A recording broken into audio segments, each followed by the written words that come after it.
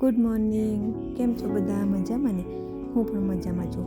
તમને ખબર છે, હું 2019થી વિચારતી હતી કે મેં આ રીતના યુટ્યુબ પર વિડીયો બનાવું અને મૂકવું, પણ ત્યારે મને બહુ બીક લાગતી હતી કે મારાથી થશે કે નહીં થાય. ફોન પણ સારો ન હતો, વિડીયો કેવા બનશે મારાથી, મને એમાં બોલવાની પણ શરમ લાગતી હતી, મારો ફેસ પણ મને સામે લાવવાની શરમ લાગતી હતી. પણ 2019થી વિચાર્યું હતું, 20, 21, 22 થોડા ટાઈમ પછી મેં મારી છોકરીની એક ચેનલ ચાલુ કરી. એમાં પણ મને કંઈ સમજ ના પડે એટલે હું સોંગ લગાવી દઉં ને મને બહુ જ બીક લાગે. પણ 2026 આવ્યું તો મેં વિચારી લીધું, ગમે એવો ફોન હશે, ગમે તેવું હશે, પણ હું વિડીયો બનાવીશ. કેમ કે બનાવીને મને કંઈ ના થાય તો એટલો અફસોસ નહીં થાય, પણ બનાવ્યા વગર જો હું કરીશ તો મને બહુ જ અફસોસ થશે. એટલે મેં વિચાર્યું કે બનાવું, જો કંઈ ના થાય તો પણ હું મારી ખુશી માટે વિડીયો બનાવું છું, મને મજા આવે છે. કેમ કે મને એમ લાગે છે કે જો આ રીતના હું વિડીયો બનાવીશ તો બીજા કોઈ તો કંઈ નહીં, પણ જે મારી ફેમિલી અત્યારે મને નથી બોલાવતી, એ લોકો તો મને વિડીયો દ્વારા જોઈ શકશે, મારી લાઈફ જોઈ શકશે કે મેં શું કરું છું, શું નહીં. તો બસ એવું થોડુંક વિચારીને મેં આ 2026માં મેં વિચારી લીધું છે કે મેં વિડીયો બનાવીશ અને ડેલી બનાવીશ, બ્લોગ બનાવીશ, શોર્ટ્સ બનાવીશ, બધું જ બનાવીશ. આવડતું કશું નથી, પણ ધીરે ધીરે બધું શીખીશ. મારા વિડીયો એકદમ નોર્મલ, નેચરલ રહેશે, એમાં કોઈ ફિલ્ટર કે કશું નહીં હોય. કેમ કે મને એટલું બધું હજુ સમજતું નથી ફોનમાં, તો હું ફોન લઈને જે નેચરલી જે હોય તે જ વિડીયોમાં શૂટ કરી દઉં છું.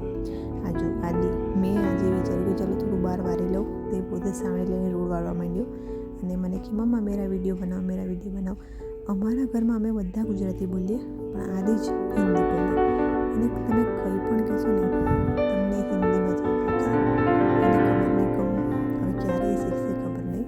તો બહારનું બધું વારી અને ફટાફટ હું ઘરમાં આવી ગઈ અને જો મારી છોકરી યોગા કરે છે. ટીવીમાં એક બાજુ હોટસ્પોટ કરીને ચાલુ કરી દીધું અને યોગા ક્લાસ કરે છે અને આદિ જો એના પપ્પા સાથે મસ્તી કરે છે.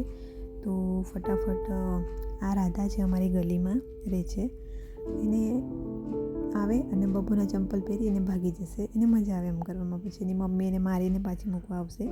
એમ અમુક હોય નાના છોકરામાં. મારી એક નણંદ છે ને અમદાવાદવાળી, એને પણ આ જ રીતનું છે. એ નાની હતી ને તો આવી રીતના ચંપલ પહેરવા ભાગી જાય બધાના ઘરે. તો એને હું કહેવાની છું કે આ પણ તારી જેમ જ છે. અમારા ફળિયામાં જ્યારે અમે ઝઘડ્યા હતા ને તો કોઈના પણ ચંપલ ગાયબ થાય એટલે ખબર પડી જાય કે કોણ લઈ ગયું હશે. તો એક બાજુ મેં સવારે ખાલી ચા પી લીધી, તો ભૂખ લાગી તો ચા અને રોટલી બનાવી. અને મારા પક્ષીઓ માટે આજે તો વેરાયટી છે, તો થોડા મકાઈના દાણા હતા અને રોટલી. તો રોટલીનો ચૂરો કરી અને મકાઈના દાણા કાઢીને મેં એમના માટે નાખી દીધા. જોઈએ એ મકાઈ ખાય છે કે નહીં. એમ તો ખાતા જ હશે, પણ ખબર નહીં, અમે ફર્સ્ટ ટાઈમ નાખીએ છીએ. તો એમના માટે રોજ આ રીતના રોટલી બનાવીએ. અમારે લોટ ના બાંધવો હોય ને તો પણ પછી વિચાર આવે કે ના, પક્ષીને નાખવાનું છે એટલે લોટ તો બાંધવો જ પડશે. તો પછી લોટ બાંધીને એમના માટે રોજ અમે પાણી બી ભરી દઈએ છીએ. મારી સાસુએ તો આ બધું એ જ કરે, પણ અત્યારે ગયા છે તો હું કરું છું. એ હોય તો પણ અમુક વાર હું પણ નાખી દઉં, એમ કશું નહીં. અમે બંને મતલબમાં અમારી પારી અમે ખાલી ના રહેવા દઈએ. ભલે ગંદુ લાગે, કચરા જેવું લાગે, પણ અમે મૂકી દઈએ, કારણ કે લોકો આવે જ ખાવા. અમને ખબર જ છે સવારે નહીં, બપોરે નહીં, પણ આવશે જ.